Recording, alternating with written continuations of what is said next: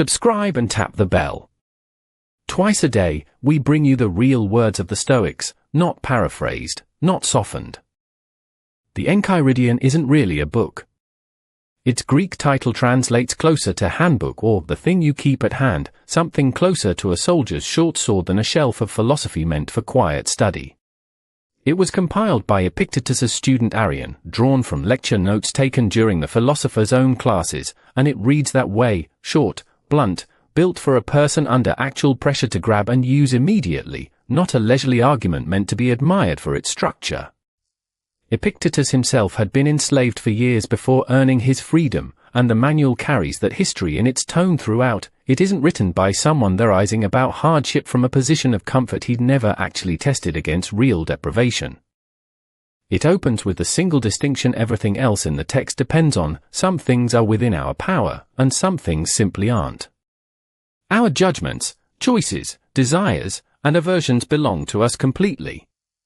Our body, our possessions, our reputation, and other people's decisions do not, no matter how much they might feel like ours in the moment. Nearly every later chapter in the Enchiridion is a specific application of this one division to a different situation: grief, insult, illness, ambition, other people's opinions, as though Epictetus is deliberately running the same tool through every possible use case to prove it actually holds up under all of them, not just the easy ones. One of the manual's sharper images concerns desire itself, compared to a guest at a banquet.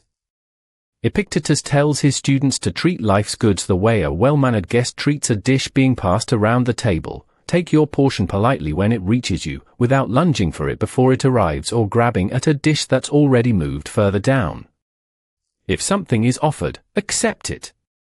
If it passes you by, let it pass, rather than reaching after it and disturbing the whole table in the process. It's a deliberately modest, almost domestic metaphor for a much larger claim, that wanting things out of their proper order and timing is what actually produces most of the disturbance people mistake for bad luck. There's a related image about handling events correctly, the way a person handles a jug by its handle rather than by its body. Epictetus argues that most events have two handles, one by which they can be carried, one by which they can't, and the skill of living well is largely the skill of consistently choosing the correct handle.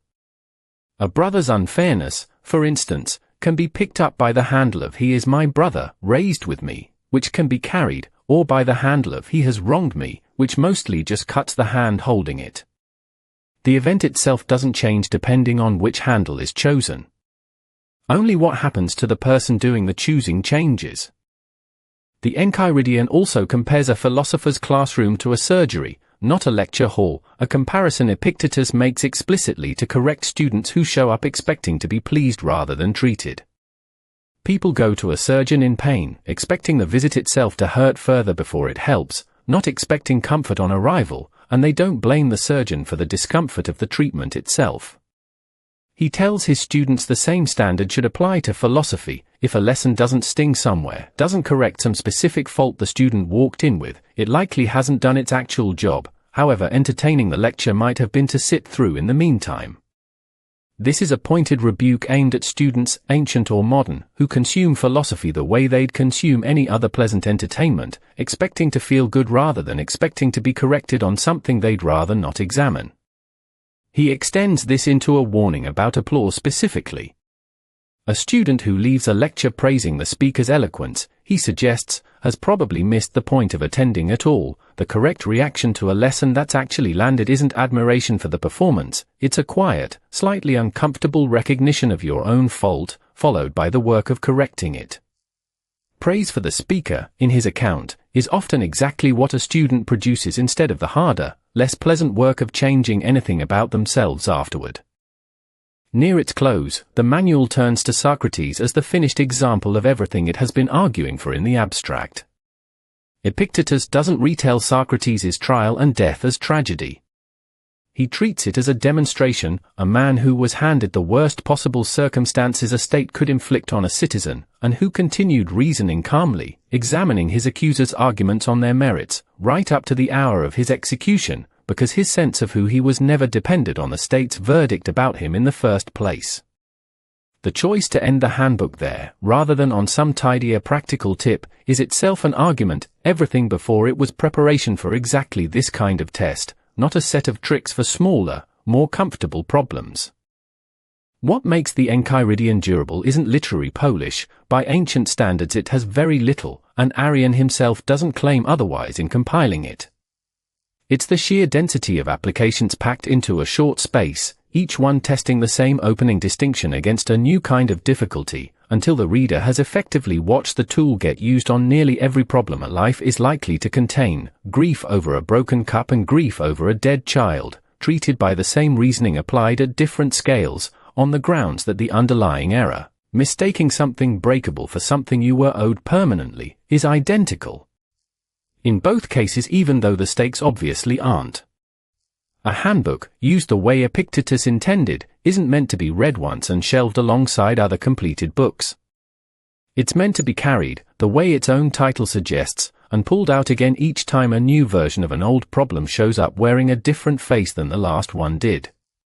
It's worth being honest about what the Enchiridion doesn't offer, since its reputation sometimes oversells it.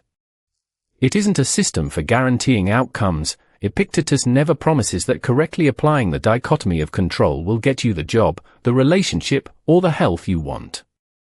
What it promises instead is narrower and, in its own terms, more reliable, that judgment, effort, and character remain within reach regardless of how any of those external outcomes land. That's a smaller promise than most self-help literature makes, ancient or modern, and the manual doesn't apologize for the smallness. It treats the smaller, guaranteed thing as worth more than a larger promise that was never actually deliverable in the first place. Hit subscribe and turn on notifications. We bring you Marcus Aurelius, Epictetus, and the Stoics they trained, straight from the source, twice a day.